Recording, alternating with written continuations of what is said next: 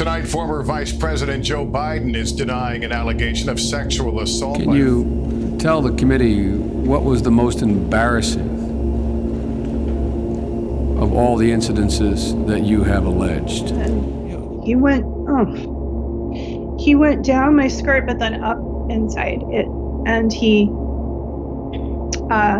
penetrated me. See this guy, I don't know what I said, I don't remember. Hey, when you're a star, they let you do it. You can do anything. Whatever you want. You grab him by the pussy. You can do anything. In our modern American political discourse, there is nothing more prevalent than the discussion around the lesser of two evils. This discussion is so bad that it will completely destroy your relationship with your friends, your family, and even worse, it'll make you backtrack on nearly every single thing you apparently publicly stood for. This is something that is almost uniquely American in many regards. Most major developed nations do not have a complete two-party system.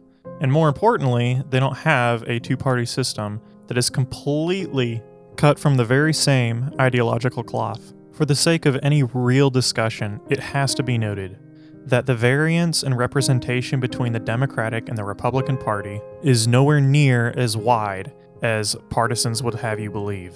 If you come across individuals or members of the Democratic and Republican Party and they claim that the parties are infinitely different, they themselves are simply infinitely wrong.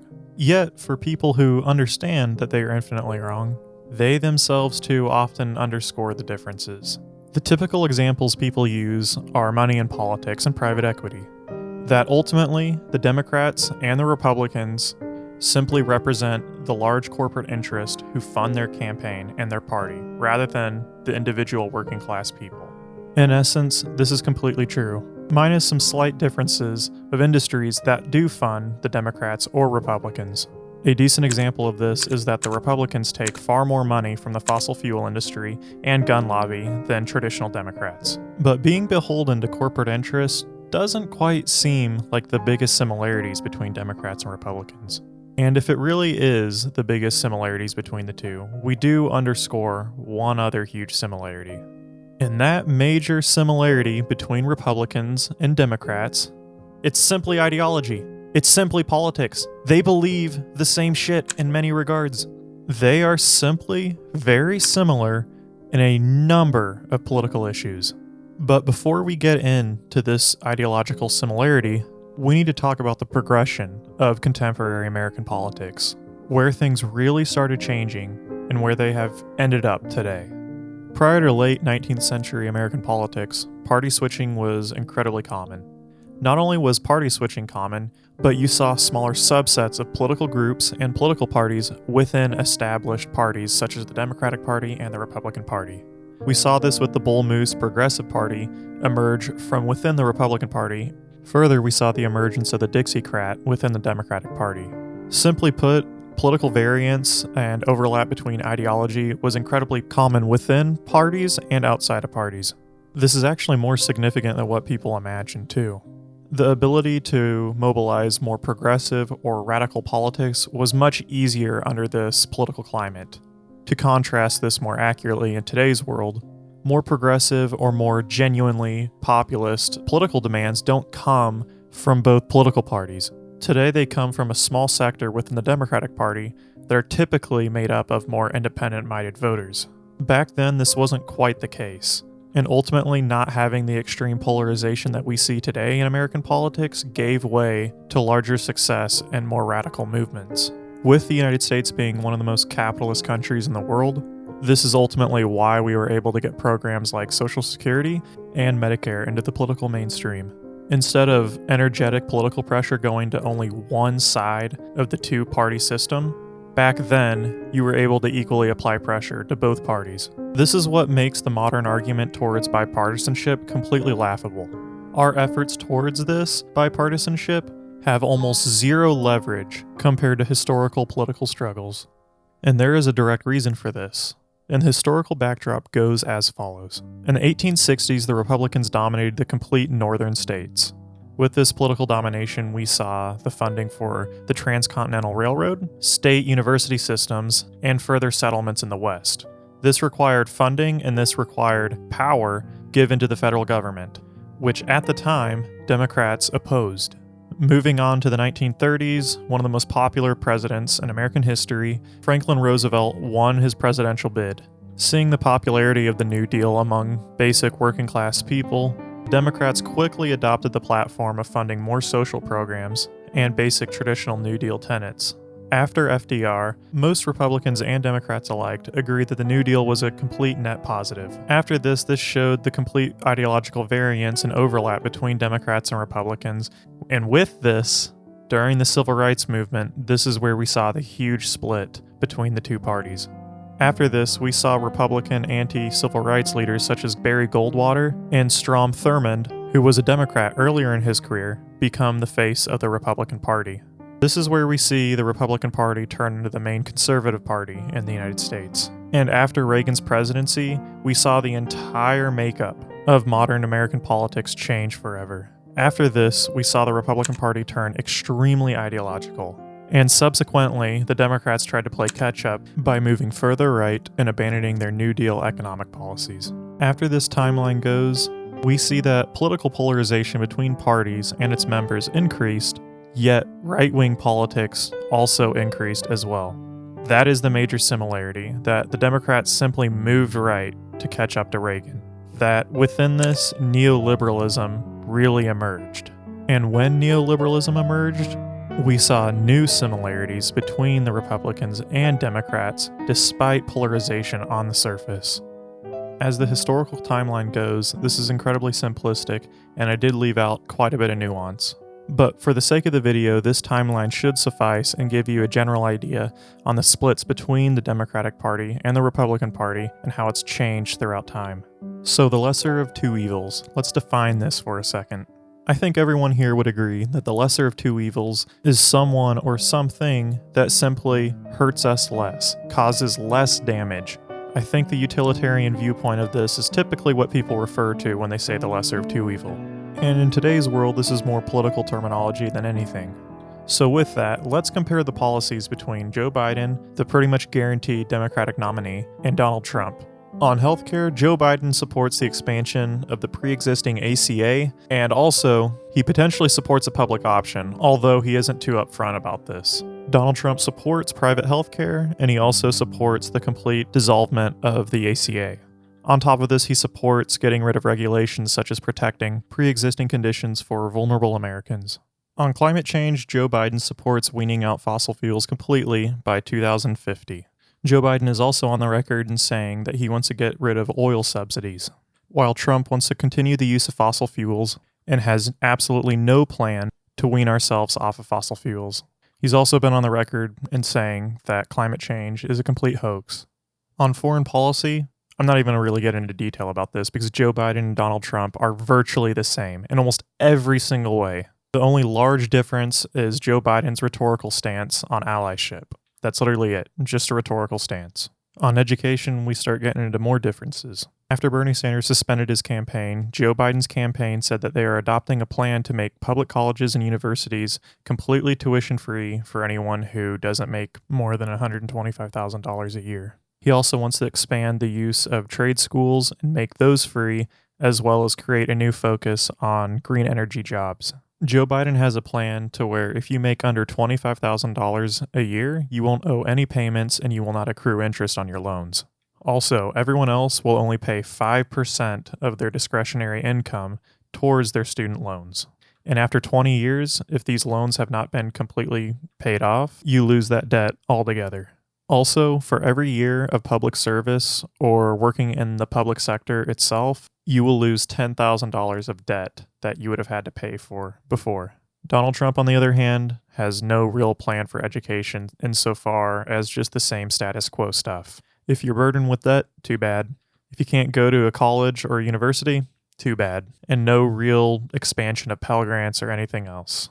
Matter of fact, his agenda, along with state Republican parties, works to cut education completely. On labor, there's also some pretty big differences. Joe Biden supports the expansion of unions. He also wants to deny federal dollars to companies who partake in union busting.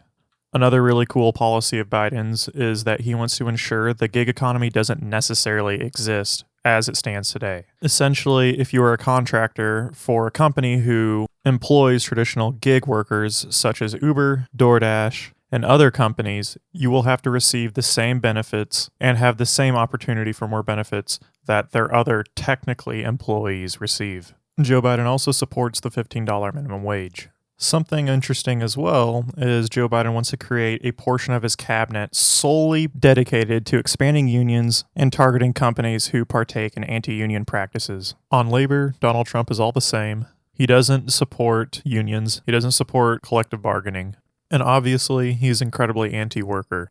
I won't go into too much detail about this, as Donald Trump's economic policies are already pretty self-explanatory. He's also been the president for the last 4 years. For the sake of time, I only listed policies that are extremely talked about and are usually the main platforms of a political candidate. I left out quite a few different policies and some nuance, so I suggest you go to their websites and look at their policy positions. Except Donald Trump doesn't have a policy page on his website at all. When comparing these policies, we see that there are very significant differences. Not only are there major differences, but these policies from Joe Biden would affect people positively in many ways. The policies that I highlighted from Joe Biden were policies that I think that he probably could get passed and would likely not contradict the will of his donors. Within this framework, we see that, Joe Biden is the lesser of two evils. His policies in general would likely help more people and hurt less people. As simple as that. But what if the framework I used to present these differences was wrong? What if that very framework did not account for specific people or did not account for the same institutional reaction that we might see within the Democratic Party with this reasoning? Because ultimately, Joe Biden still is evil, even according to the framework within the lesser of two evils. This clip I'm about to show you went viral on Twitter and is from the YouTuber Richard Medhurst, or known as Poppy Chulaman. If you think that I'm going to defend Joe Biden after he bombed my country and I haven't seen my family in 10 years, then you can go and fuck yourself. The lesser of two evils?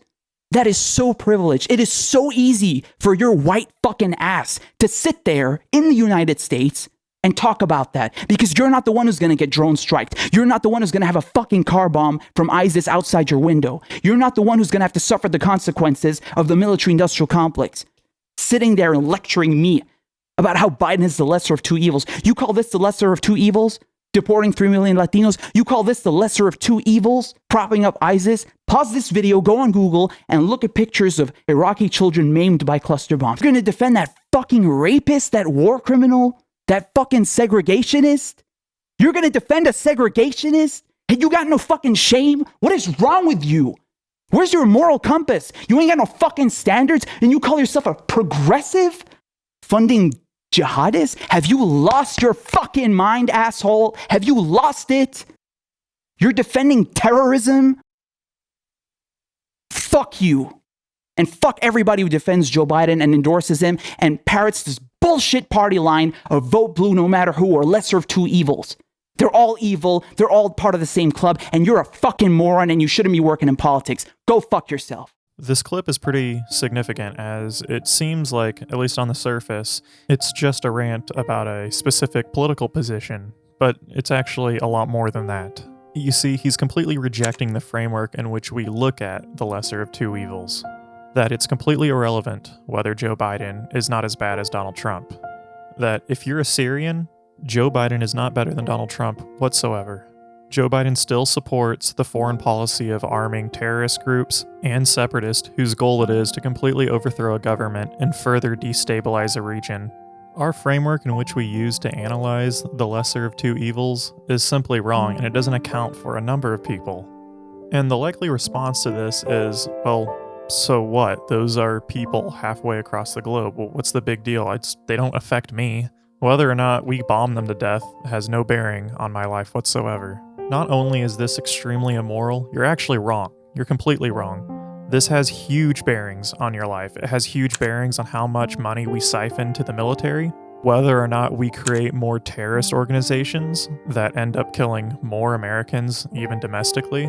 And ultimately, if there are conflicts, we give our very politicians more leeway to completely killing off social programs or not passing them because we simply cannot afford it. This is why the dichotomy of foreign and domestic policy is a false dichotomy. It's not real. It doesn't exist. Everything affects you. Everything is intertwined. This leaves us to my very last point, and this is arguably the most important one. That your support for Joe Biden or whatever candidate that isn't as bad as the other completely enables the cycle of horrible politics on both sides. How do you demand better policy positions? How do you demand a better economic situation for your country as a whole if you're just going to vote for the lesser of two evils to begin with? They will simply throw the same corporate-friendly, anti-worker candidate over and over and over until you give them a reason not to. So perhaps, domestically, Joe Biden truly is the lesser of two evils compared to Donald Trump. But by abiding by this framework, you enable an entire cycle of more brutalism and more Donald Trumps to pop up to begin with. You create the very cycle of evil itself that you apparently are trying to fight. This isn't necessarily to say that voting for Joe Biden is the actual wrong decision. There are policy proposals him and his team have brought up that would improve the lives of many in the United States, mine included. But we also need to completely contend with the reality that this is not the case for everyone, and that these improvements are not very large. Further, we have to be incredibly careful about our strategy moving forward and just simply voting for the lesser of two evils. As many people have discovered that the Republican Party is one of the most dangerous political institutions in the world, many in the US have been willing to hold them accountable, but not the Democratic Party themselves. And by proxy of doing this, in many regards, you give Republicans more leverage. The argument that if everyone just decided to vote for the lesser of two evils, we would slowly make progress into the future is incredibly naive and overly simplistic. If we are being intellectually honest and consistent, I could use that very same logic to demean voters for not voting third party. We wouldn't have the horrible two-party system. We wouldn't have an insane, austerity-driven right-wing government if everyone simply voted for the Green Party. You can apply this form of logic to a multitude of different things, and it doesn't just stop at protecting Democrats and voting for the lesser of two evils. But the ultimate strategy and takeaway of this is not to demean these voters who are scared, who have been beaten down, and who will eventually just vote for a candidate who they don't really support anyways. The ultimate strategy is to organize. The ultimate strategy is to elaborate with others on how dangerous it can be to simply vote for a candidate because they are not as bad as the other. That if any real change is going to happen, it cannot just happen from within the Democratic Party. It has to also operate outside of party lines too. You cannot just give your vote up and give it to the lesser of two evils and expect actual progress to be made.